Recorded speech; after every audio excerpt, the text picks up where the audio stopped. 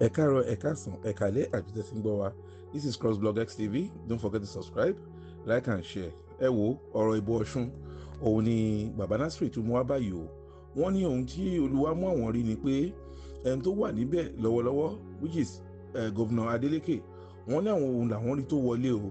Ṣùgbọ́n tí wọ́n bá ṣọ́ra, wọ́n fẹ́ gbà lọ́wọ́ Baba Adeleke because àwọn rí pé àpótí ìbò ọwọ́ àwọn national union àwọn náà gbé àpótí ìbò dání. Wọ́n ní ẹni tí àpótí ìbò bá dẹ̀ wà lọ́wọ́ ẹ̀ òun náà máa gbé fún un. Wọ́n ní tí wọ́n bá ṣọ́ra tí wọ́n bá fi lè gbé fún igbákejì tó ń fẹ́ gbé fún which is ẹni tó jọ ń contest, wọ́n ní kí àwọn ará Ọ̀ṣun kọ́ mọ̀ bá kábàámọ̀ o. This is Crossblog XTV. Don't forget to subscribe, like and share. Ẹ jẹ́ àjọgbọ́ ẹ̀kúnrẹ́rẹ́ prophecy lẹ́nu Baba Nasir Israel. ọdún lọ nìyẹn ọdún tó lọ fẹ́ o ọdún parí ẹ̀sìn ṣùgbọ́n mo fẹ́ sọ̀rọ̀ olówó tó ká tó lọ. Number 1, ìbò ẹlẹ́sàn Ọ̀ṣun yóò wáyé ní ọ̀sán yìí. Gómìnà tó wà ń bẹ̀ yìí ni ó wọlé ní ti ìbò, ṣùgbọ́n àwọn INEC àti àwọn agbófinró àti àwọn Nigeria National Road Transport àti àwọn truck ni mo rí àpótí ìbò lọ́wọ́ wọn. Ẹni tí àpótí ìbò bá dẹ̀ wà lọ́wọ́ rẹ̀ ni wọ́n á ànáàsì fún ayé. Ní àgbà gbàdúrà dáadáa Ọ̀ṣun state kìí ṣe ẹni tó wà bẹ́ẹ̀ ìtòlú ogójó mọ́.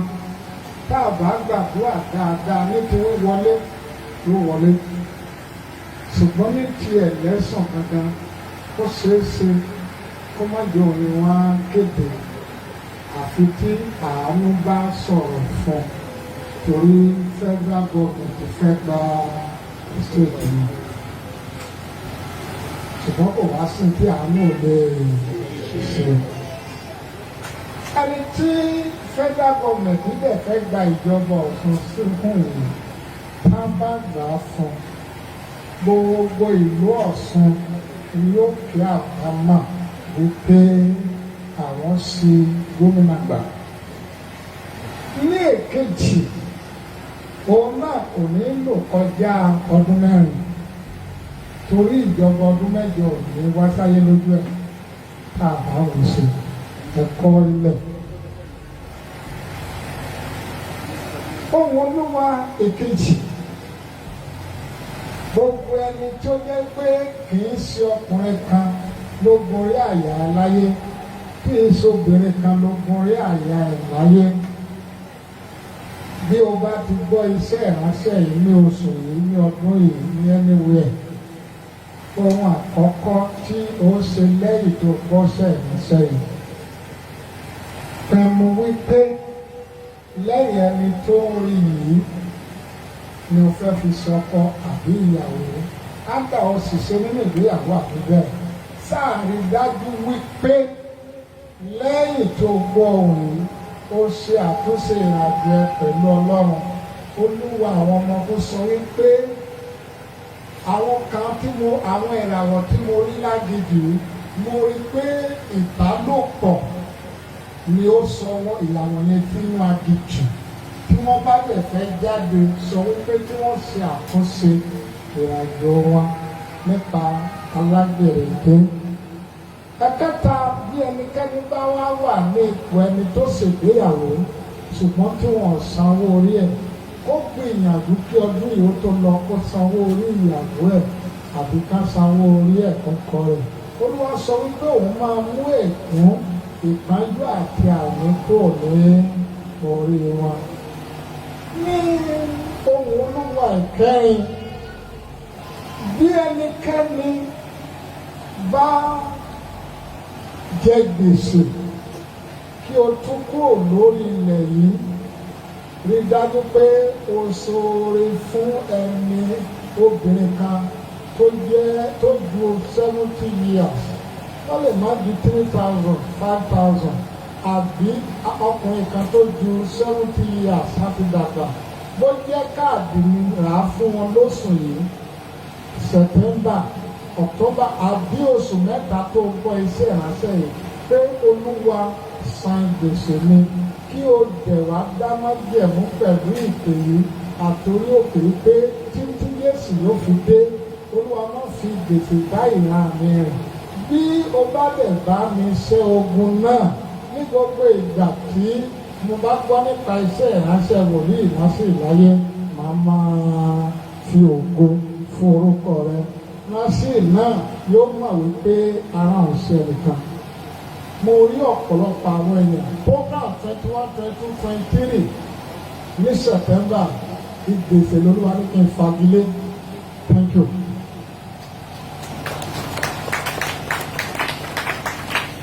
Bákan náà Olúwa lọ́rọ̀ àwọn ọmọ ogun ní kí n sọ fún ìpínlẹ̀ Ògùn.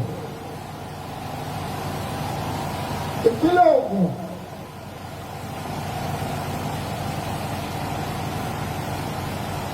ìjọba tí ó wọlé bẹ̀ ìjọba ẹgbẹ́ tó wà lórí àlééfà ni ó wọlé tí àmì ọ̀rọ̀ wà lórí ẹ̀ ṣùgbọ́n tí wọn bá dúró dáadáa tí ojú ọ̀rọ̀ yẹn bá yẹ̀ látòkè wá kò ní wọlé torí ojú ọ̀run látòkè ewu sì wà bẹ́ẹ̀ mo mọ tí mo sọ èèyàn ní tibẹ̀ ní ìtẹ̀síwájú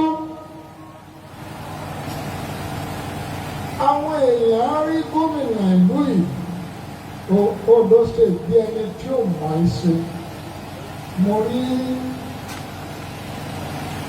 ewúrẹ́ tó rìn káàkiri láyìíká ẹ̀ olóòwò tó lè túmọ̀ ewúrẹ́ àwọn ìjọba tó ń bá ṣiṣẹ́ ni ká máa sọ pé kò mọ̀ ẹ́ ṣe ó máa jẹ́ gómìnà tí yóò gbìyànjú lórí ní stéètì yìí ṣùgbọ́n tí ayé ò ní rí bí ẹni tí ó mọ̀ ẹ́ ṣe kò sí gbogbo tó bá ṣe ayé ò ní rí bí ẹni tí ó mọ̀ ẹ́ ṣe tó bá fẹ́ràn tí ẹ bá fẹ́ràn rẹ̀ àti gbogbo wa ká gbàdúrà fún ogun amúnisapá ṣùgbọ́n káyé ó sọ pé àmà ẹ ṣe kọ́lọ́run bá wa ṣe fún Olúwa àwọn ọmọ ọgbọ́n rẹ̀ sílẹ̀. tí ó bá dẹ̀ ní ọkà fóun tó fẹ́ lọ lẹ́ẹ̀kejì Olúwa sọ pé ẹgbẹ́ tó wà ò ní gbé ó lè ẹ̀kọ́ lẹ̀ sọ̀rọ̀ pé ó ti lè dọ́gbọ́n mẹ́ta báyìí ẹ̀kọ́ lẹ̀ ó lè wá tiraka kó lóun ò ṣẹgbẹ́ yẹn má kó lọ gbogbo tó bá lọ mi ò rí pé tó tó padà mi ò wá sọ kò sí tó àánú ò lè ṣe kíni tó lè ṣe o àti àkọọ́lẹ̀ o ìyẹ̀tọ́ lọ́wọ́ o kò yẹ kí wọ́n sọ òun ló wa lónìí ọjọ́ ìbí mi message to Nigeria Yorùbá diasporas and diasporas and etc. and below. Kò yẹ kí n máa fi òun lọ sílẹ̀ lọ́nà. Finally, ìjọba Ọ̀yọ́ àjálù ńlá kan sì wà bẹ́ẹ̀ tí gómìnà Ṣèyí Mákindé tó kúrò. Tí gbogbo tí Ṣèyí Mákindé bá kó jọ ọba àwọn bá sọ fún mi gómìnà tó ṣe tó dáa jù ní Ọ̀yọ́ stéètì kìíní. Ọkọ̀ mo sọ fún yín ṣùgbọ́n nítorí Olúwa ẹ̀lẹ́sọ̀ 2027 ò lè fẹ́ràn rẹ̀ kó máa kó ẹrù ẹ̀ nítorí àwọn ọmọ ọgbọ́n sọ àwọn òbí lè máa bá wọn kan o mo rí pé ó di gbogbo ẹrù owó inú mu kàrí ó wọnú àgbà á lọ gbogbo owó tó bá dà náà ó rí ẹ̀lẹ́sọ̀ kó má lọ wọ́n sófù ó lọ máa kówó yẹn. And wọ́n dẹ̀ fẹ́ fi Ọ̀yọ́ state ṣe battlefield ìjà àti ogun ní election kí mo máa olórí ìlú mi ò ní sọ̀rọ̀ ẹjú báyìí lọ àwọn wọlé lọ bá lórí ìlú torí ibi ò gbọdọ̀ ṣẹlẹ̀ ní àkókò tiẹ̀ nílùú Ìbàdàn.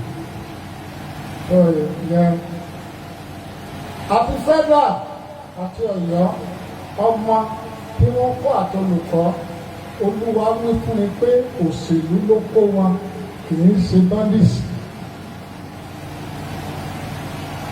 kì í ta ní wọn kó yẹn Olúwa sọ pé òṣèlú ló kó wọn àti tí Èkìtì o gbogbo ọ̀pọ̀lọpọ̀ tó ń ṣẹlẹ̀ pé politics ni ònàṣírí náà ò ṣàgbàdúrà kò ní lójútùú o ti gbogbo àdúrà tó gbà sí ọ̀rọ̀ bandits ká kò ní lójútùú o títí 2027 yóò fi ṣe kí ni yóò fi ká má dààmú ara rẹ nínú àwọ̀ ogójì ọjọ́ tó gbà má lọ para rẹ o kò lójútùú o gbogbo òṣèlú ni o. ṣé o mọ̀ pé obìnrin yẹn nìkan máa ń fún mi mọ́tò gbogbo àwọn tó kù ló lọ wá ló ń gbó ìdókè wáyà mi lẹ́nu ń bẹ̀ aṣọ skul ni wọ́n kó wọgbó aṣọ aláàbà ni wọ́n kó padà wá ẹnu yà mí o oyè ọlá mi lẹ́nu o mo ní ọjọ́ ilé olúkúlùkù láti lọ mú wá mi ṣùgbọ́n gbogbo èèyàn sọ pé ìdìsú ẹ̀ kò tí wàá dá o ìyẹn tí ìlú ọ̀yẹ́. bí àbáwo ṣe lára àwọn tó ń kéde ìbò àti ẹlẹ́sàn ẹnìkan sì máa kú kí ẹlẹ́sàn tó dé àwọn gbàdúrà ìránṣẹ́ Ọlọ́run ńlá kan lórí ẹ̀dẹ̀ ní ọdún ìràwọ̀ rẹ̀ ti kúrò lójú ọ̀run gbàdúrà. So finally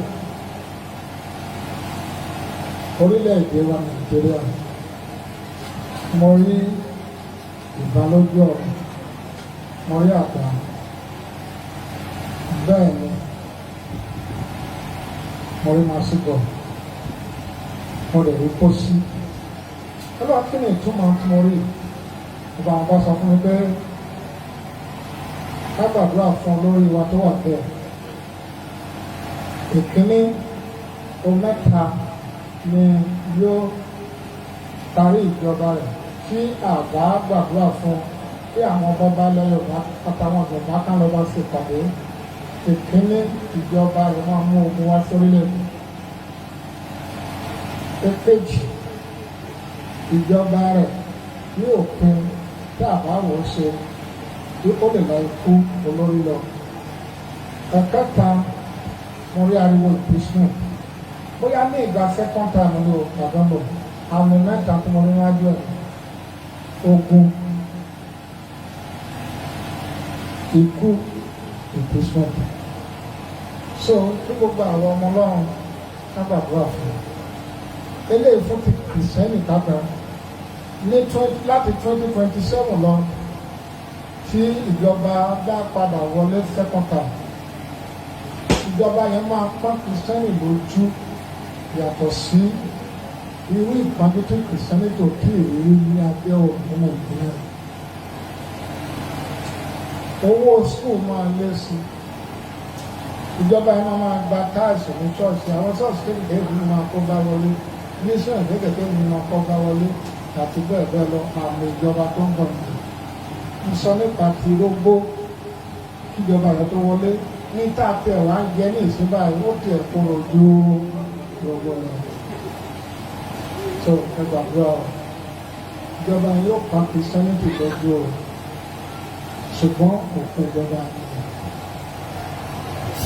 So àwọn tó bẹ̀ ń sọ nípa àwọn tó wà lókè láti díje ìjọba yẹn ò ní lè kúrò lọ́wọ́ ẹni tó wà tí gbogbo opposition bá padà láti di nǹkan tábà wà má fi wà wí ìjọba yẹn ò lè kúrò lọ́wọ́ ẹni tó wà ṣùgbọ́n tí gbogbo opposition wọ̀nyẹn tá a bá parapọ̀ di ẹyọ kan ìjọba yẹn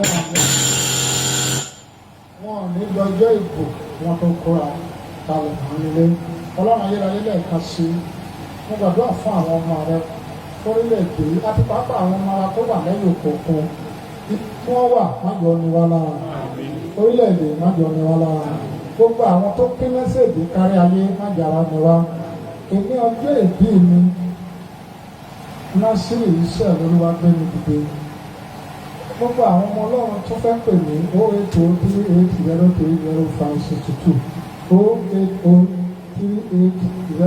08038030562 nọ́mbà mi nìyẹn. Gbogbo ẹ̀yin ọmọ Ọlọ́run tí ẹ fẹ́ kí mi kọ́ ọjọ́ ìbí, ohun rere tí a fi ń sọjọ́ ìbí láyé Olúwa gbìyànjú fún mi. Gbogbo ẹ̀yin tí ẹ wá bá mi pé méṣèèjì láti fi sọjọ́ ìbí fún mi kó lè dọ́dọ̀ ààrẹ, kó lè dọ́dọ̀ ọba ilẹ̀ Yorùbá. Ọlọ́run dẹ̀ sọ fún mi pé ọba ilẹ̀ Yorùbá kan yóò tún dìde láti gbé ogun ládìde láàrin àwọn bọba. Olúwa sọ pé kò dẹ̀ ní pẹ́ tó máa fi já ìjọba rẹ̀ bọ́. Látòní lọ gbogbo ọba ilẹ̀ Yorùbá pátá adé òní sí lórí yín. Ogun tí ò ní jẹ́ kí ọba ọlọ́lá ní Nàìjíríà Olúwa fà á tu. Wọ́n lè gbàdúrà. Olúwa sọ pé ìjọba tó ń bọ̀ máa yẹ̀yẹ́ àwọn ọba, ó dẹ̀ máa yẹ̀yẹ́ àwọn Christianity, ó dẹ̀ máa yẹ̀yẹ́ àwọn olórí. Ọ̀pọ̀lọpọ̀ tí ó dàgbà pọ̀ mọ́ ìjọba tó lọ sí máa lọ sẹ́wọ̀n, ṣùgbọ́n ẹjẹ́ á gbàdúrà fún wọn. Bíbélì nígbà kò wá ikú ẹlẹ́ṣẹ̀ bí kò sí pé òòrùn padà. Ẹ bá ń gbàdúrà fún mi, kémi náà kí n bẹ̀rẹ̀ dáadáa, kí n bẹ̀ parí dáadáa. Iṣẹ́ ìránṣẹ́ ìlú Ondo ṣe tá a fi orí ìlú sọ, kí Ọlọ́run gangan gbà kó ṣe kó gbé ìlú pamọ́. Gbogbo èèyàn tí ẹ bẹ̀ gbọ́ mi, tí ẹ fẹ́ràn iṣẹ́ ìránṣẹ́ yìí, kí Ọlọ́run kó fi iṣẹ́ ìránṣẹ́ yìí kó fi ṣe ìràpadà gbogbo tá a ti sọnù. Ẹ dìde lórí ẹsẹ̀ yìí. Ọlọ́run ayérayé lẹ́ẹ̀kan sí gba ọpẹ́ wa, gba yẹn wa. Báwọn ọmọ rẹ ti lọ lẹ́ẹ̀kan sí máa bá wọn lọ. Wọ́n ti bá mi pín mẹ́sẹ̀gì kárí ayé àti gbogbo àwọn tó ràn mí lọ́wọ́ fi ìkan ránṣẹ́ sí mi. Mo fẹ́ ẹwo tọ́lẹ̀tì báyìí, mo fẹ́ ṣe tọ́lẹ̀tì níbí, mo fẹ́ ṣe ọ́fíìsì kí n lè máa àtẹ́lẹ̀ táwọn èèyàn. Ẹ wo ọ̀gbìn fẹ́ fìlì ẹ̀, mo fẹ́ jẹ́ kí ilé ò dà táwọn èèyàn lè wá kí táàrẹ̀ ká máa yíra ká gbàdúrà. Mo wà mí mi wà mí kásà máa ká wá ká kó àwọn ìránṣẹ́ Ọlọ́run ká kó àwọn ọmọ wa ká gbàdúrà kólókólókó bá Ọlọ́run sọ̀rọ̀. Iná tó bá ti sọnù ká lè gbà padà. Mo fẹ́ gbogbo àwọn ọmọ Ọlọ́run fẹ́ràn mi lọ́wọ́ o, ẹ bá ń ṣe o, máa ṣe o, èmi nìkan lè ṣe o. Gbogbo Nàìjíríà, gbogbo ará ìyàn kòkun, ẹ ṣe o, ní ẹlẹ́dàá lè máa ṣe o. Ẹ náwó yín. Tó bá jẹ́ ìràwọ̀ àgbáyé, o gbọ́dọ̀ rí ìrànlọ́wọ́ àgbáyé gbà láti fi rìn jìnnà. Gbogbo èèyàn tí ẹ lè bá mi pín mẹ́sẹ̀gì kárí ayé ẹ náwó yín. Olúwa o, jẹ́ ẹ rí àánú àgbáyé gbà kí èmi náà lè ṣàánú àgbáyé. Jẹ́ ẹ rí àánú àgbáyé gbà kí èmi náà lè ṣàánú gbogbo àgbáyé. Ó yá àánú àgbáyé jẹ́ ẹ rí gbà lè ṣàánú gbogbo àgbáyé. Jésù Olúwa wa. Àwọn ju gbogbo rẹ̀ lọ, gbogbo ẹnikẹ́ni tó bá ní ọmọ sí abroad